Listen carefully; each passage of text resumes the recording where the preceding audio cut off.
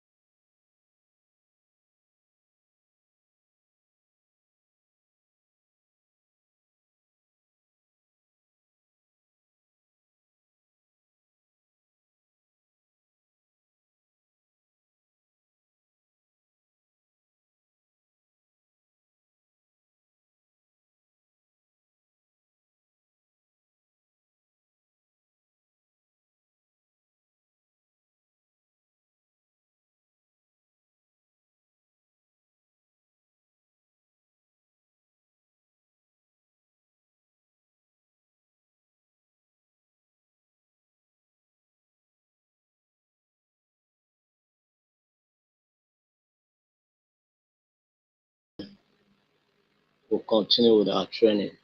All right. Yeah.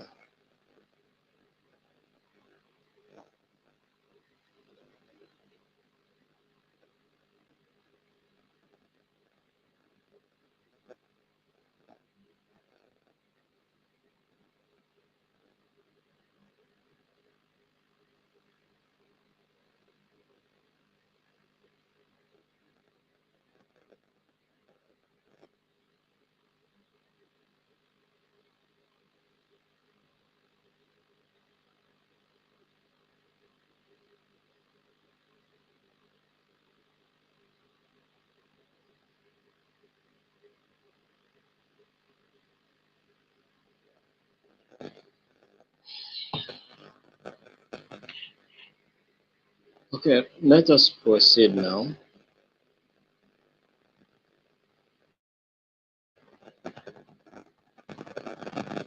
All right, let us proceed now. All right. Um, so thank you very much for taking time to join us. Yes, I like what I'm seeing in the comment section. Yeah. So let your group members let them identify themselves in the comment section. So if you are a group leader, post your group and let all the members of your group identify that yes, they are present for today's training. That is a good method that you guys are taking, and I like it.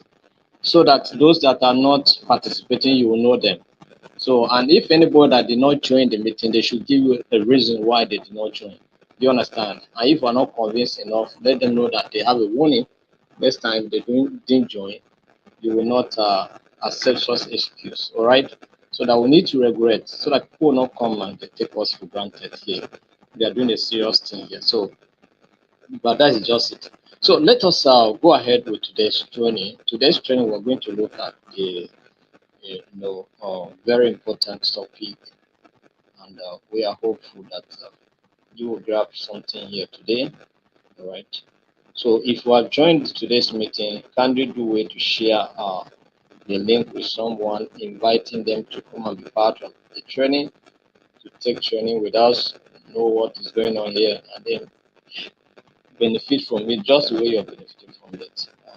Let them know that it's free, they're not paying anything to be part of this training, and so let them come without being afraid, and then they'll benefit from this training, right?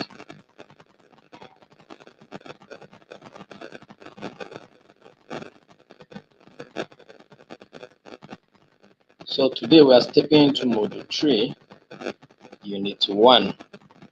Module 3, Unit 1. This is what we're looking at today. And we'll be looking at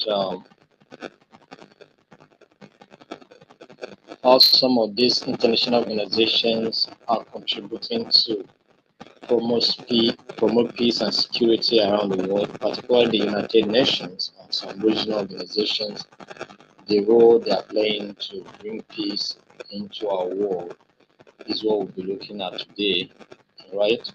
So I'm sure that you are going to also contribute to this course in the comment section, right? So now we are looking at the international organizations and conflict management. That is in Module 3. We are looking at international organizations and conflict management. And so in Unit 1, we'll be looking at the role of the United Nations in conflict resolution, because United Nations is an international umbrella under which peace and security matters are being discussed. Is an organization that is being looked upon to give guidelines or take steps or measures to bring about peace in our world. This particular organization was formed particularly as the result of peace building activities. Do you understand? Because it came after the First and Second World War. Do you understand? And so people will think, what can we do to make sure that we're not having this kind of situation again? And then they came up with the United Nations Charter that established the United Nations Organization, which is a combination, a collection of most of the countries of the world who are members of the institution, and they all surround surrender some of their rights to the organization, all right, while maintaining their sovereignty.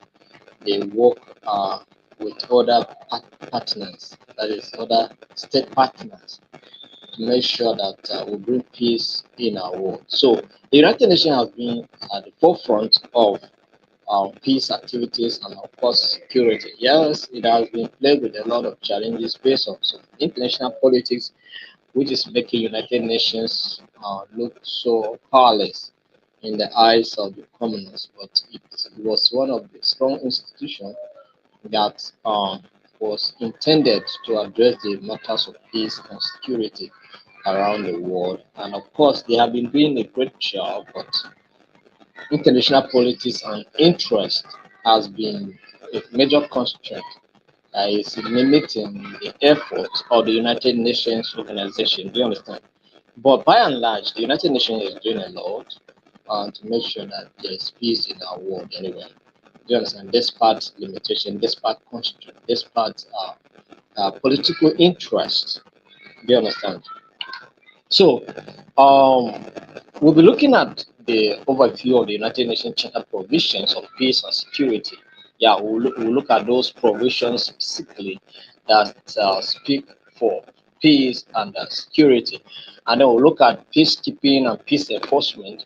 What is the similarity, what is the difference, and what role each of these components plays in terms of bringing about peace in our world. Then we'll talk about success stories and then some of the challenges confronting the United Nations interventions so that you will also get to know what United Nations has been able to achieve over time and what are the challenges confronting the United Nations. All of these we are going to discuss it and have a conversation so that you have an understanding of what this is all about. All right.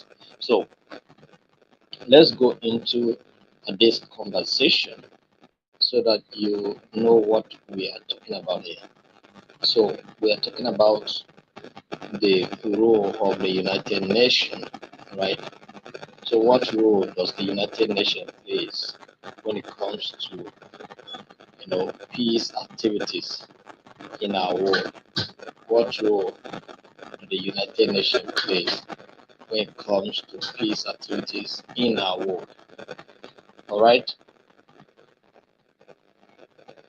So the United Nations plays various and impacts uh, and beneficial roles when it comes to peacekeeping, peace activities, security matters. The United Nations is playing influential role and making sure that we are moving in a particular direction to have peace. We have state leaders who have been speaking. Recently, we have been talking about the Barbados Prime Minister, um, who also spoke recently at the United Nations General Assembly, where she met case for world peace. Do you understand? So, um, we say that United Nations plays significant roles in global conflict resolution through preventive diplomacy, peacekeeping operation, peace building, mediation, and sanctions. So the whole essence of United Nations is conflict prevention. You understand? Conflict prevention. So the United Nations is to, and that's why whenever they fail to prevent any particular conflict from occurring, then it becomes so difficult to resolve that conflict. It becomes so difficult to settle handle that conflict. And case study is the conflict between Russia and Ukraine. So since they were not able to address the conflict at the initial stage, it's now becoming so difficult for them to be able to resolve that conflict. The same thing between Israel and Hamas, though that has been a protracted conflict over the years, but it has also been one of the challenging situations that we face in the countries around the world. Do you understand? So now, What role?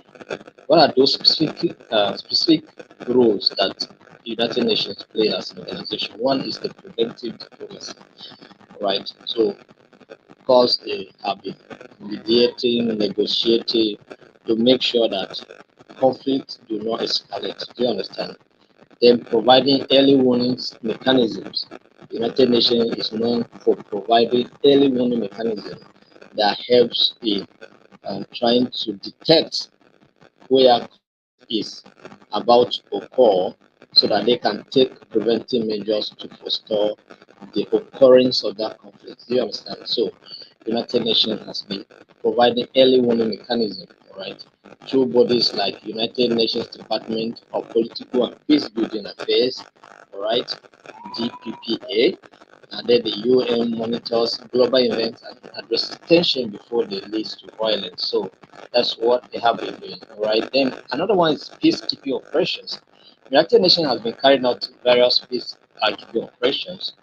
One in Liberia, one in you know in Sierra Leone, also several other places. The United Nations has been carrying out peacekeeping activities operation in South Sudan, several activities, peacekeeping activities in Africa and in other parts of the world. Do you understand? So, and these activities are being carried out where a neutral force is being deployed to witness either the transition or to forestall the escalation and, of course, the destructions of human lives and property. Do you understand? And properties. So, the United Nations has been in the forefront of peacekeeping operations because sometimes they authorize regional organizations to go ahead and carry that operation. And that's what we have under ECOWAS. We have what we call the ECOMOC. The ECOMOC carry out such operations. Do you understand? And then we have other ones under African Union who also carry out peace keeping operations being authorized by the United Nations. But by the provisions of the United Nations generally, some of these regional bodies they have the authority and the permission to go ahead and carry out uh, peacekeeping activities. We have mediation and good offices of the Secretary General, right? So the Secretary General can use good offices, right, to help mediate and resolve disputes. And yeah, I think the United Nations Secretary General has been up and doing, speaking a lot. I know sometimes even attract enmity because he speak against certain interests. Do you understand? And so sometimes his position is also being threatened because of several powers that are in play, accusation here and there, and double standard accusations simply because he speak against certain interests and certain action. Do you understand? So, and all of that has been there, but he has been using his office, calling for meetings and calling for emergency meetings to see that some of these issues are being addressed. Do you understand? So the United Nations General Secretary General has been up and doing, making sure that peace is happening, and the United Nations is doing its job despite the challenges. All right. So peace building and post-conflict reconstruction. Yes, the United Nations has also been carrying out. This one of the functions of the United Nations peacekeeping operation. We have different peacekeeping operation activities. Do you understand? Sometimes some of them also embedded in infrastructure development. So it's not just about uh, forestalling the escalation of conflict, but at the same time, sometimes it's also embedded some activities, some functions like reformation activities, right? Kind of reform programs, right? Or police reforms, electoral reforms, rule of law reforms. Do you understand? So sometimes they help countries in carrying out those functions to make sure that they have the return to democracy and the rule of law reign against every form of conflict that has happened. So they don't just focus on prevention alone, but also in post-conflict reconstruction. United Nations perform such roles when the need arise. That's why you see in Borno State or in the northeastern Nigeria, they have been providing resources for rebuilding. You understand? Yes, they do it. They bring their own counterpart funding, and then the country bring their own. And also, other parties, interested parties, also bring their own to make sure that you know rebuilding process is taking place. Do you understand? Provide humanitarian aid, do a lot of things. Right? So humanitarian assistance and protection is also one of the roles that the United Nations play, right? Or has been playing over the years. Do you understand? So it's because when it goes for okay, you can look at the issue now between Israel and Palestine.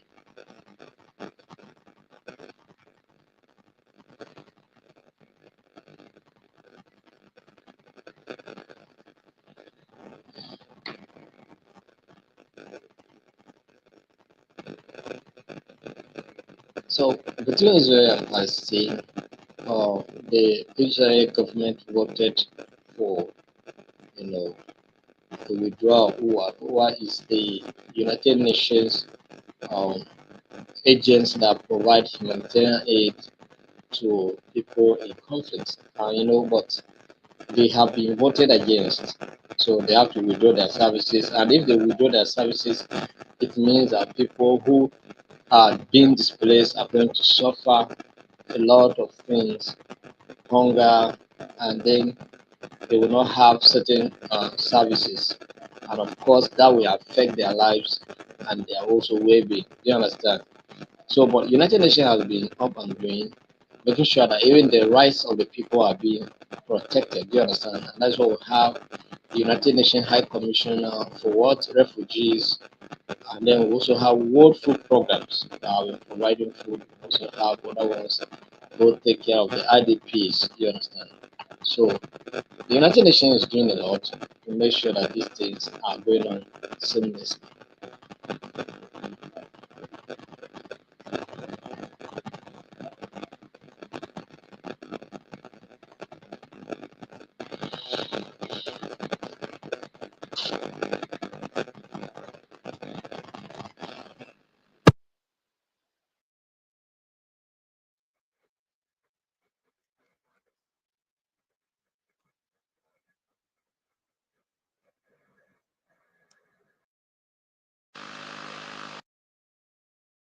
So sanctions and embargoes, another role that United Nations plays, uh, you know, to um, in, in- impose sanctions.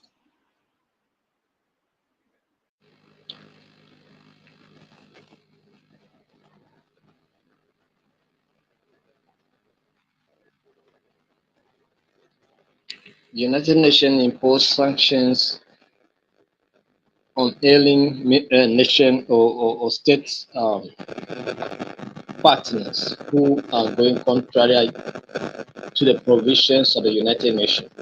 So they impose sanctions on them to you know to serve as a deterrent for what they are doing. But sometimes some of them are stubborn, they still go ahead despite those sanctions to be carrying out the activities they want to carry. North Korea, talk about Iran, talk about Russia, who are heavily sanctions, but they're still going on with whatever activities they want to carry. Do you understand? So there are issues, but embargoes and sanctions are also some of the rules and measures that the United Nations, has been taking to bring peace in our world. Then we have international justice and accountability. Yes, we have um, International Court of Justice or International Criminal Court, where crimes of war are being adjudicated. Do you understand? So where people feel aggrieved as a result of international conflict. They can use this code to address some of those challenges. We understand that even that is also a challenge, but it has to also be healthy in one way or the other to make sure that there's peace in our world, right? So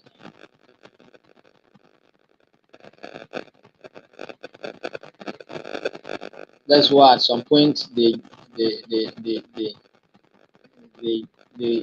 issue a warrant, an arrest, a warrant of arrest against the Russian president, and as a result, he has not been traveling to some certain states. There are some certain countries. He cannot travel to some certain countries. If he travel to some certain countries, they will arrest him. Do you understand? So that's it. Except the state choose to protect him, but he's always careful. When he was to travel to South Africa, they say South African government should arrest him. So as a result, eventually he did not even travel to South Africa again. Do you understand? So they have been so careful so that he will not go to a place where he will be arrested because there's an international warrant of arrest against him that is pending. So anytime he can be picked. Do you understand? And most especially when he's done with his presidency, it is easy to pick him. He will be picked easily. Do you understand? Now he's enjoying immunity as a president of a nation. But as soon as he drop, anytime, any day he can be picked. Do you understand?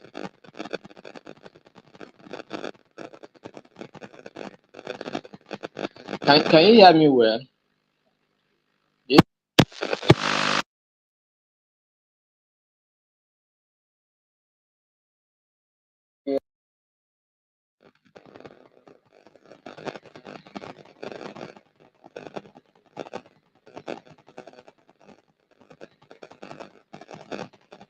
So these are the functions that the United Nations, or these are some of the functions that United Nations has been playing to make sure that there's peace in our world, right?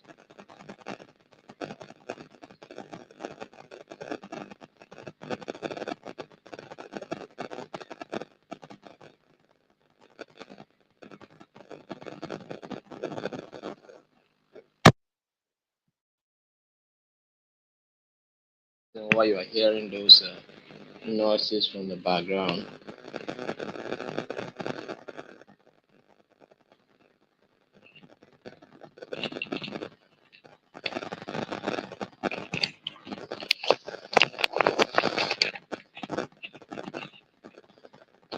So can you hear me now?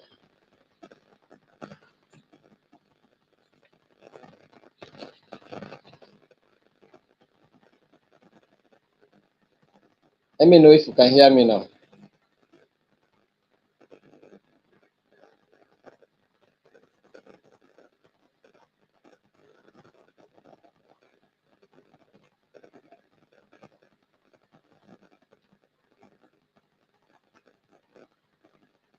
All right.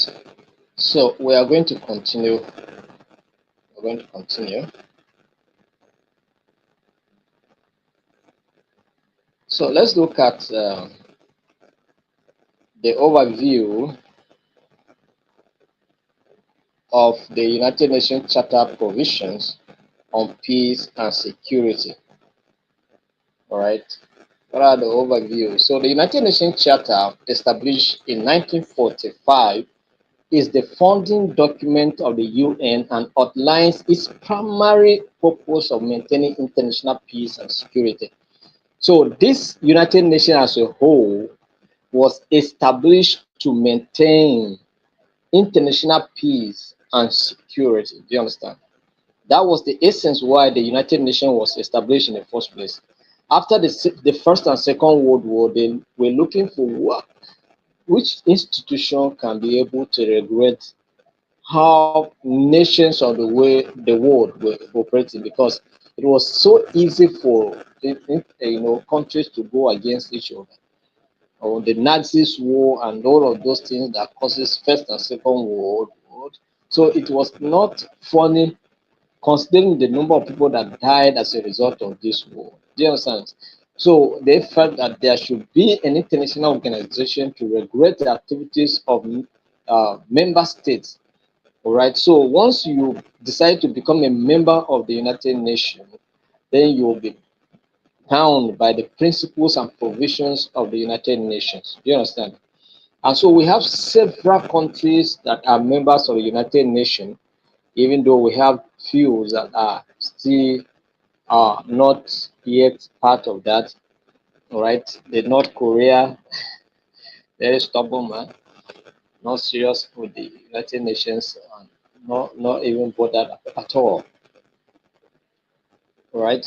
So, but there are provisions that guides the operation of the United Nations, and these provisions are covered in chapter 1, chapter 6, chapter 7, and in chapter 8. All right. So let's look at what these chapters says or what they are meant, all right, for. So chapter 1, purposes and principles. All right. So in chapter 1, article 1, it established the purpose of maintaining international peace and security, taking collective measures for the prevention and removal of threats, and suppressing acts of aggression. So that's what chapter 1, article 1, says. It empowers the United Nations to maintain international peace and security. So with that, we take steps collectively. That's why we have what we call peacekeeping. So it's a collection of state delegations, military delegations, civilian delegations. Do you understand? That used to go on peacekeeping mission. So the essence is that they should take away any form of threat, remove any form of threat, and suppress any acts of aggression. So that's what the United Nations is standing for. And then Article 2 sets out principles such as sovereign equality of all members. So all members are considered as equal partners. Do you understand? Yes, because they are all sovereign institutions, sovereign territories. Do you understand? So they are being treated as equal members.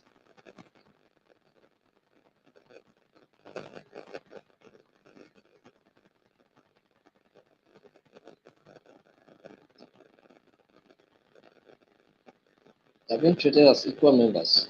The prohibition of forces against the state and the requirement for members to settle disputes peacefully.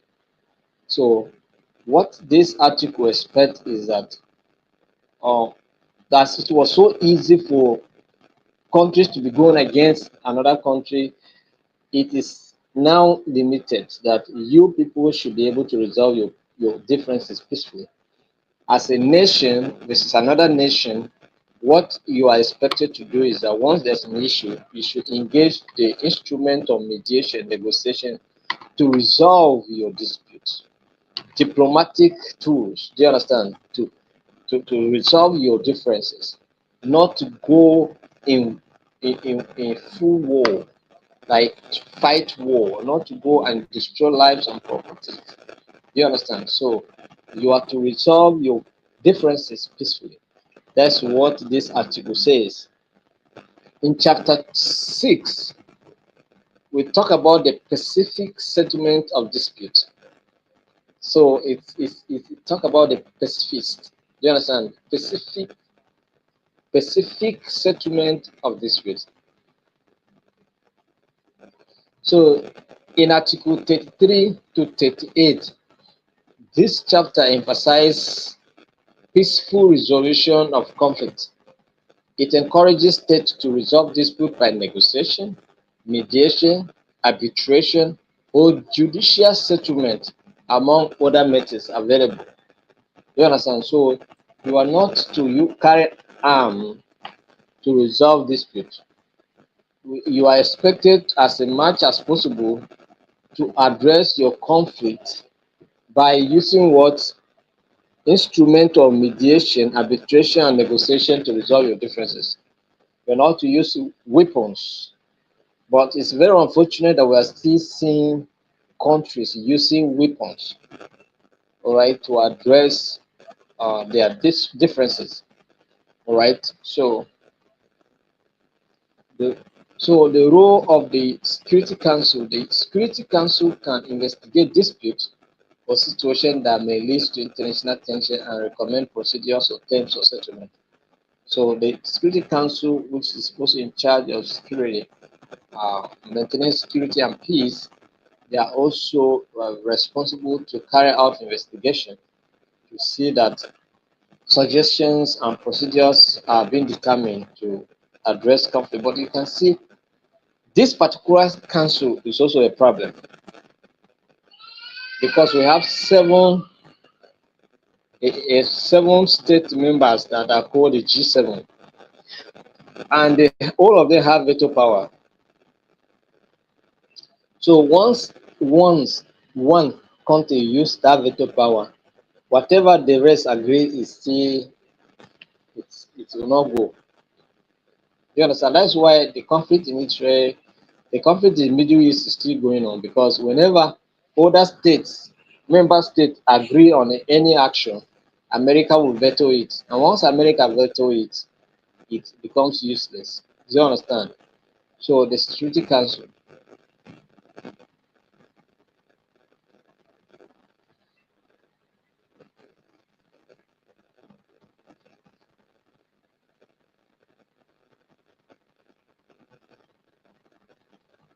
So in chapter 8, action with respect to threats to the peace, breaches of the peace, and action of aggression.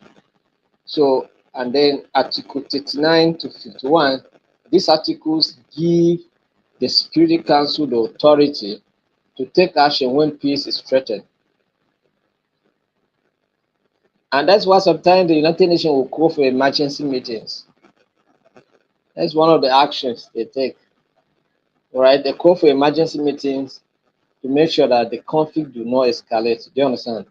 And when there's tension, they also make press conferences calling on nations to exercise restraint, also to exercise caution in their engagement. When Iran fire missiles against Israel, what happened? The United Nations called for an emergency meeting, and they also call on the uh, Israel Prime Minister to make sure that their response is within measures. All right. But another thing is that all of these countries have the privilege of self-defense. So, but what the United Nations try to achieve here is that even though you have the privilege to defend yourself, when you want to respond to any act of an aggression, you should respond within measures that is being approved. Do you understand? So that's what it is. That's why Israel did not target Iran,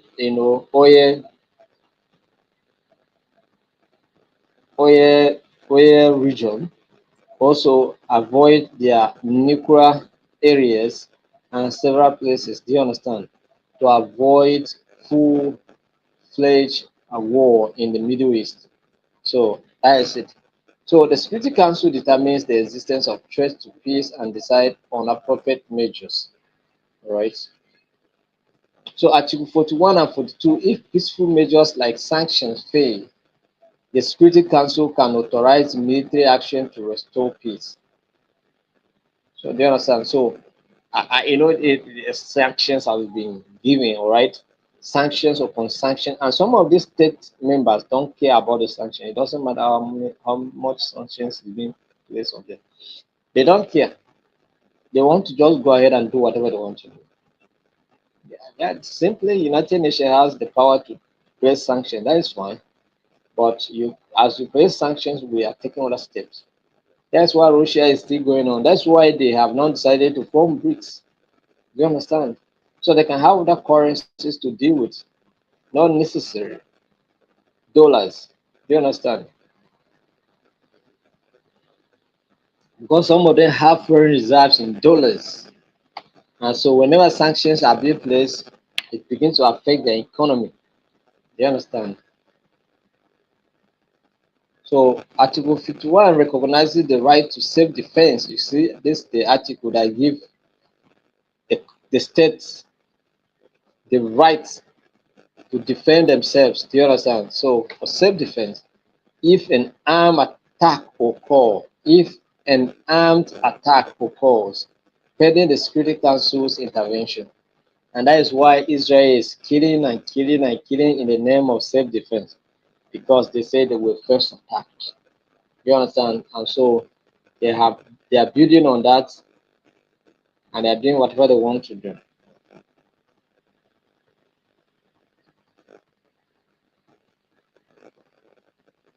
Chapter 8, Regional Arrangement, Articles 52 and 54 encourages regional organizations to address peace and security issues. However, any enforcement action requires authorization by the Security Council. Do you understand? So now we're talking about, when we talk about enforcement, is a different matter. When we're talking about peace enforcement, it's a different matter. Well, when we compare it to peacekeeping, peacekeeping is a different case, right? Peacekeeping and peace enforcement are not the same.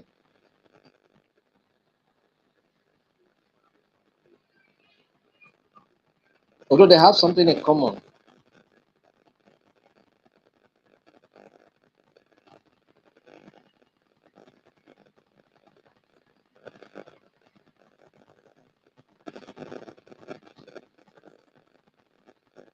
So that's it. So the role of the General Assembly, right?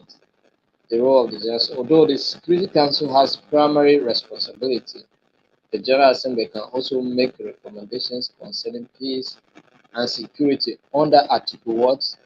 Under Article under Articles 10 to 14, right? They can also make recommendations.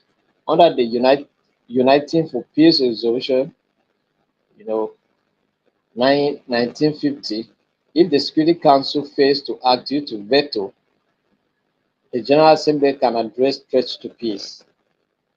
So the Security Council has the power to decide and determine what happens whenever there's a threat, because they have to investigate to determine what to do. But in case any of the member states vetoed it, what do they do? Right? The General Assembly must also take action. Right?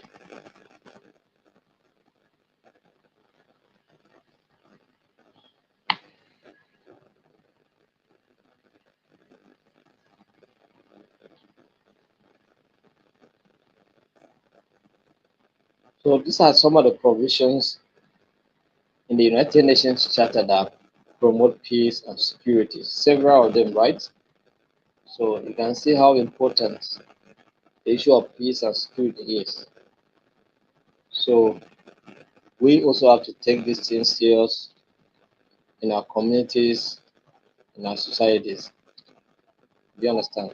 So let's look at peacekeeping and peace enforcement. Please, if you are not share this meeting with someone, I'll share it, invite them to be part of the training. And also, if you are not share it in your own individual group, share it so that your group members can also participate and be part of this training. You can see we are having only 46 people here.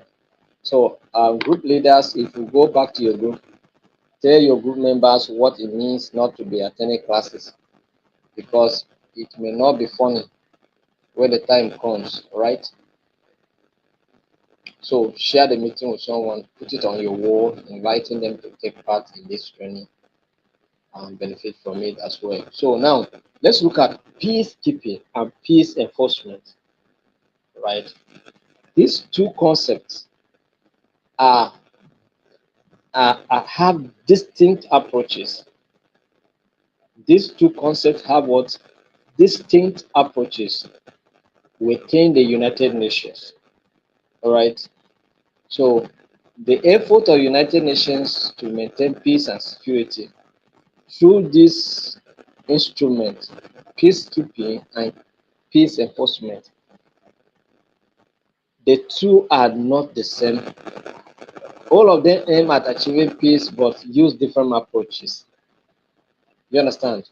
So let's look at peacekeeping, definition and purpose. Peacekeeping refers to the deployment of United Nations personnel, often including military, police, and civilian personnel, to conflict zones with the consent of the parties involved. Peacekeeping missions aim to create conditions that allow for political processes, support the implementation of peace agreements, and help prevent further violence. So, peacekeeping is not just done by the military personnel only. The police and, of course, even civilians are being assigned to go on peacekeeping because when the rights of people are being abused, there must be an investigation. Do you understand? And of course, it's not everybody that is comfortable discussing with the military or the police.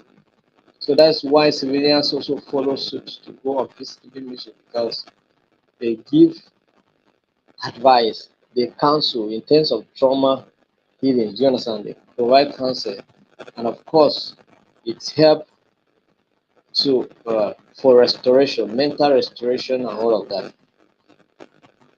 So, what are the characteristics of peacekeeping? Consent based.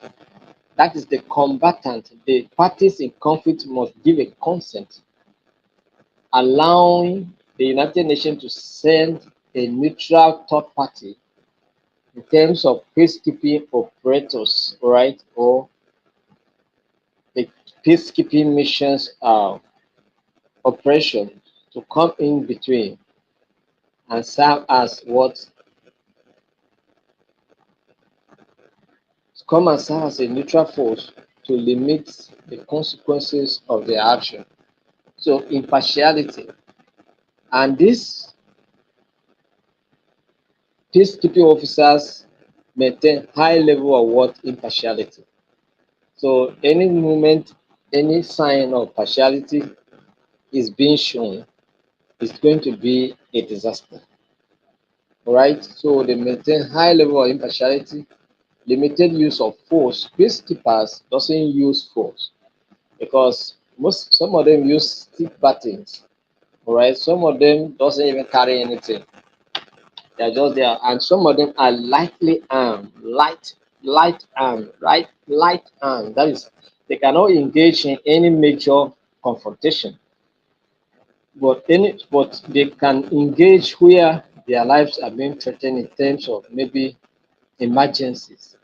You understand?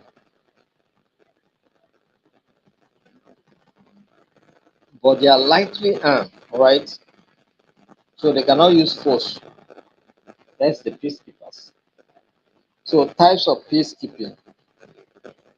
We have monitoring ceasefire. So once agreement is being reached and a ceasefire is being determined, the you know, so the peacekeepers monitors the ceasefire agreement and ensure compliance. Do you understand? They ensure that compliance has taken place. Disarmament, demobilization, and reintegration. Right? Disarmament, demobilization, and reintegration. Peacekeeping missions may oversee the disarmament and reintegration of former combatants. So all those Boko Haram members can be disarmed and, of course, reintegrated in a larger society. I think some of them were given job opportunities, right? So these are the issue. So election assistance, where necessary, peacekeepers may help organize and secure elections. You understand? Because if we leave it with people involved only, it may escalate the conflict. So they play a major role to make sure that you know elections are being done fair. Humanitarian support. Peacekeepers protect aid deliveries and help provide humanitarian assistance to civilians in conflict zones. Like what is happening in Palestine now, in Lebanon. People are being displaced, people suffering. So peacekeepers they help in distributing what humanitarian aid to the affected civilian groups. Do you understand? Example of United peacekeeping missions. United Nations peacekeeping missions. Example one. United Nations interim force in Lebanon. United Nations mission in South Sudan. United Nations Organization Stabilization Mission in the Democratic Republic of Congo. All are some examples of what peacekeeping. Let's look at peace enforcement. What is peace enforcement?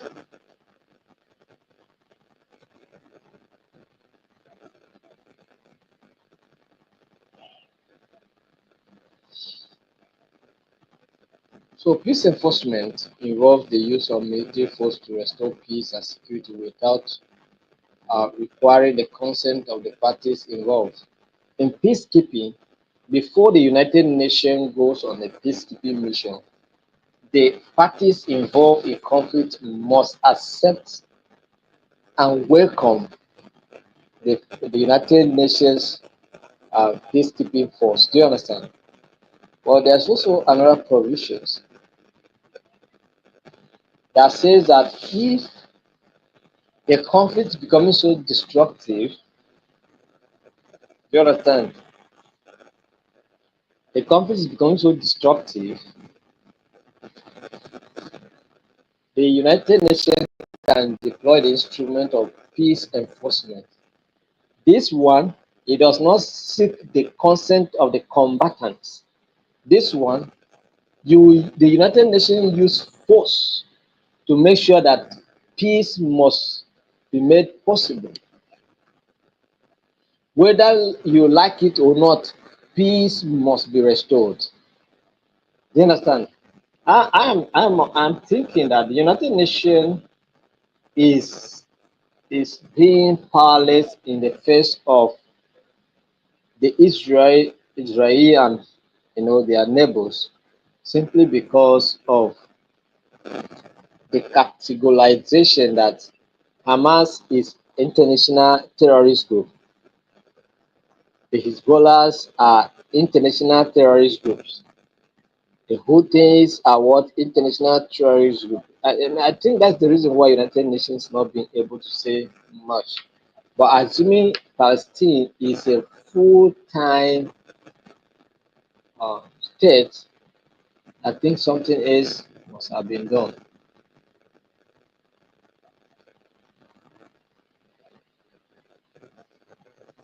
So peace enforcement means making peace possible. So it doesn't matter how you feel, whether you like it, whether you welcome it or not, it's not a problem, but peace must take place. That's enforcement. Are you the point now? See the idea, see the difference. So what are the characteristics of peace enforcement? No requirement for consent. Nobody sent for your consent. We don't even need your consent. We are coming to intervene. All we want is that there must be peace in your nation or in your community. That's what we want. So we don't care about your consent. Whether you give consent or not, we are coming. So we must do our work. That's peace enforcement. Robust use of force. Yes, we are the peacekeepers are lightly armed. This one, they are heavily armed, very, very heavily armed because they are going for war, for battle, to make peace happen possibly. You understand? We talk about mandated by Chapter 7 of the United Nations Charter. Peace enforcement operations are authorized by the United Nations Security Council under Chapter 7, which empowers the Council to take military or non-military actions to restore peace.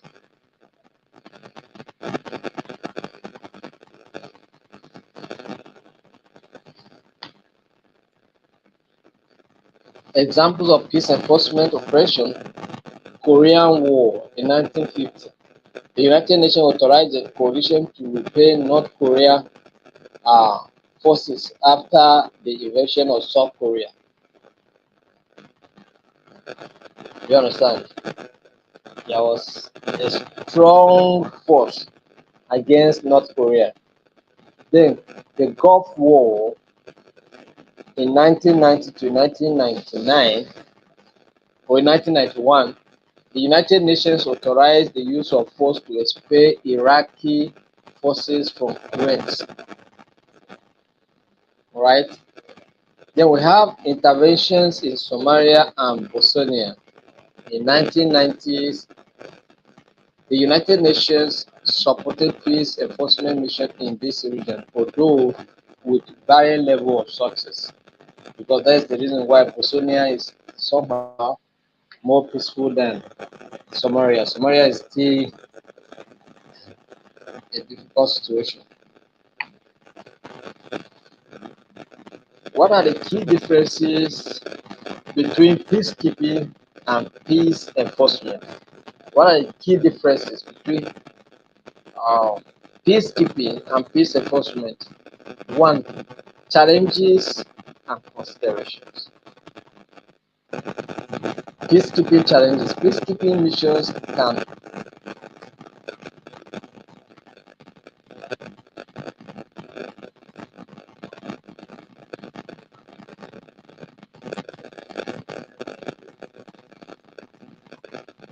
peacekeeping missions can be hindered by lack of cooperation from the host state, resource constraint, and limitation in mandate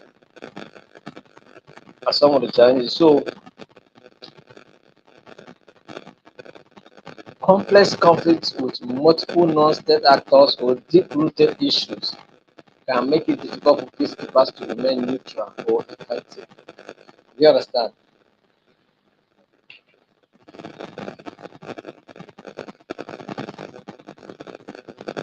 Peace enforcement challenges. The use of force in peace enforcement can also lead to high casualties, which is something that peacekeeping avoids, both for intervening forces and civilians, and can risk escalating conflict.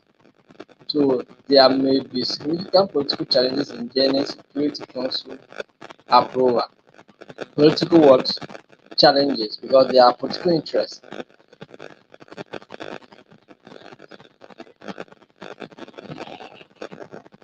right? So there are political interests, and that's why Israel is always being protected by the Americans.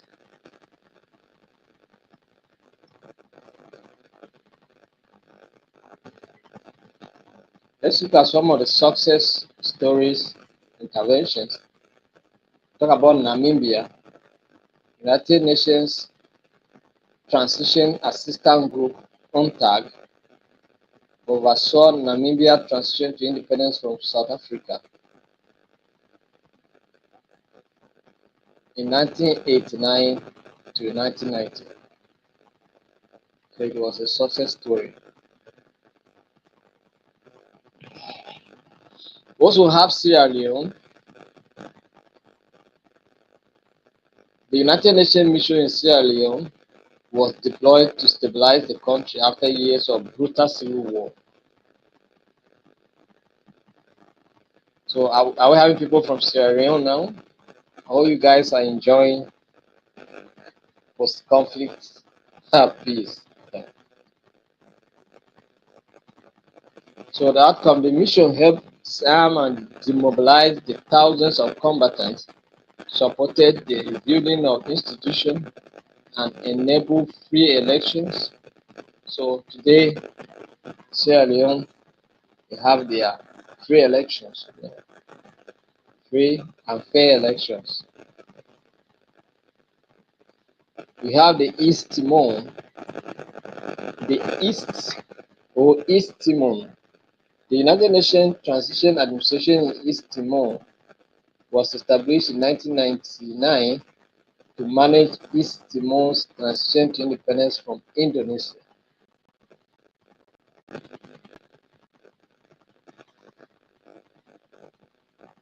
Mozambique.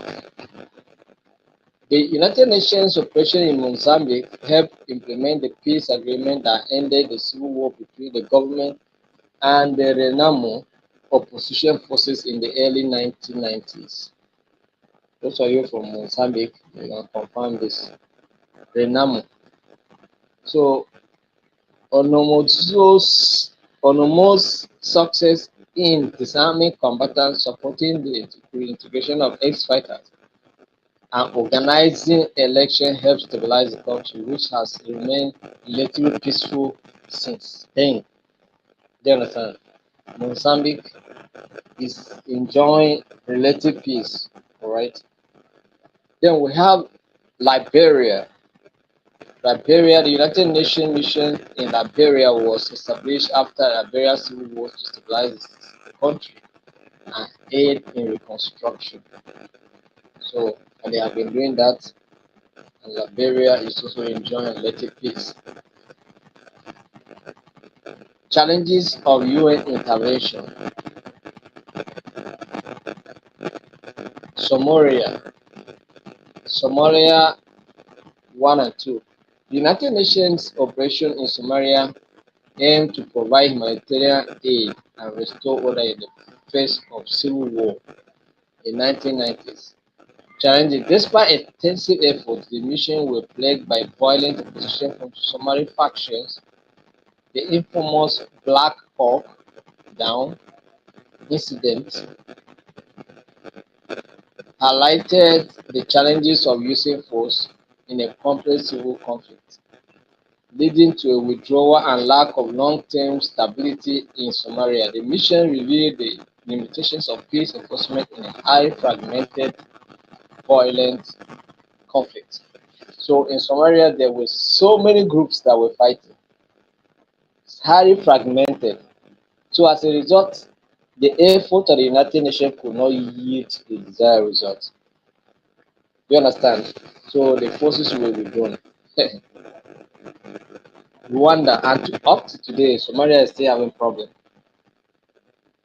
Rwanda, the mission, the United Nations Assistance Mission for Rwanda was established to oversee a peace process between the Rwandan government and the Rwandan Patriotic Front.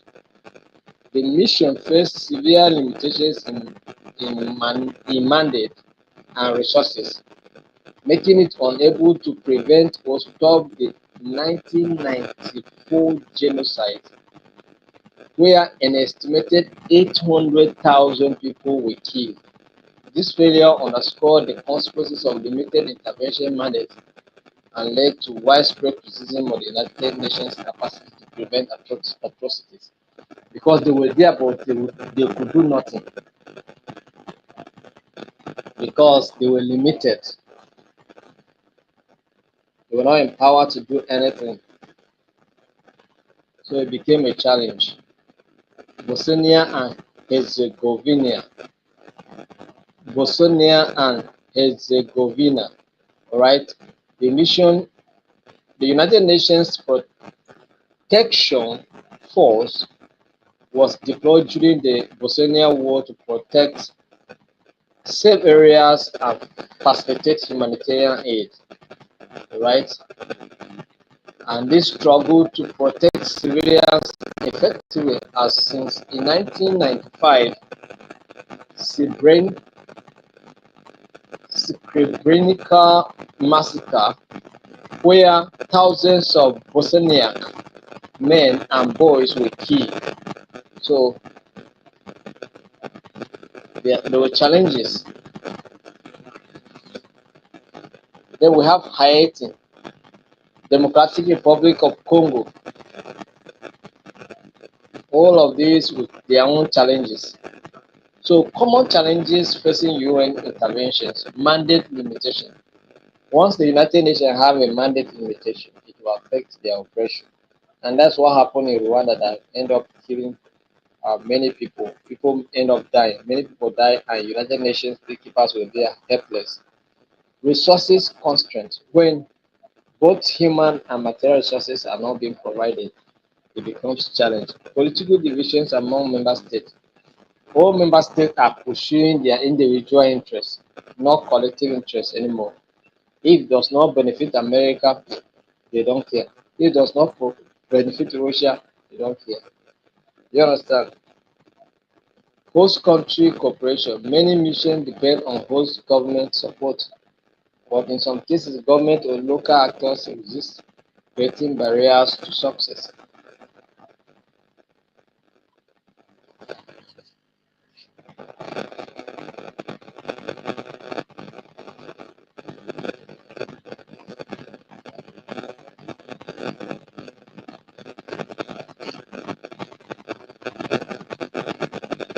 So this is the much we will take today. So somebody is saying question. Mohammed, what's your question? You would have asked your question. You just say question.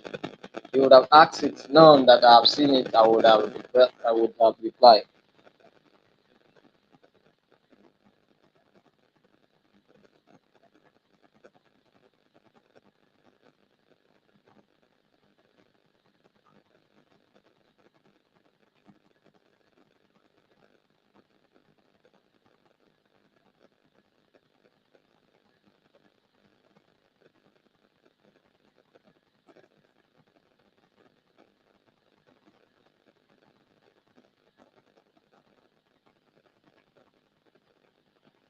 Mohammed, are you there?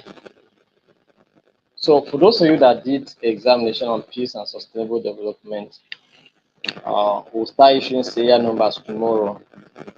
And then, of course, we'll talk about the issue of alumni.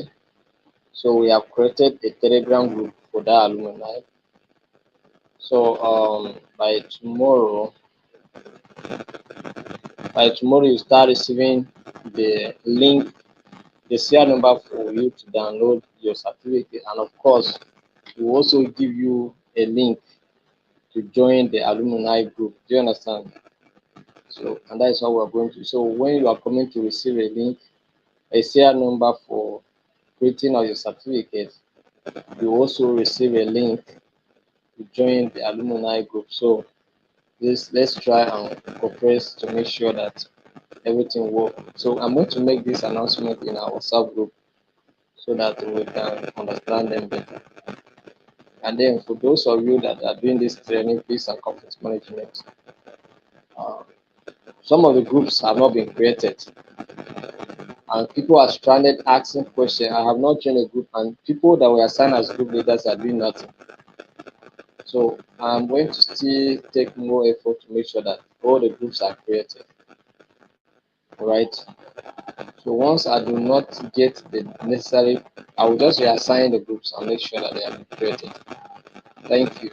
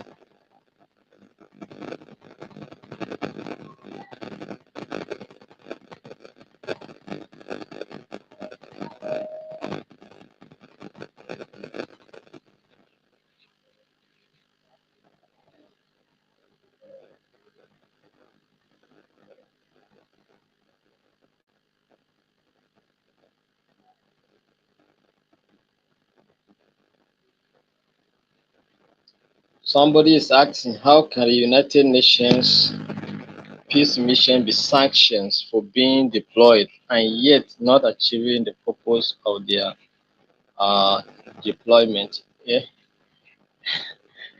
like we say, there are factors that may affect them not achieving the results. So how can you now punish somebody who suffer as a result of certain factors? Like the issue that we talk about Rwanda now, we say there was the issue of a partial mandate. That is, they were not given full mandate, so they could not do certain things. So it wasn't their fault, right? So if they were given full mandate, they could have intervened.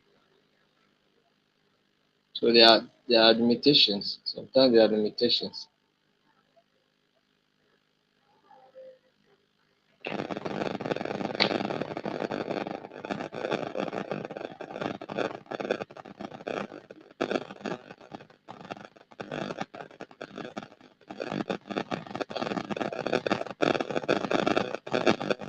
Thank you very much. We'll see you tomorrow. Have a wonderful night, first.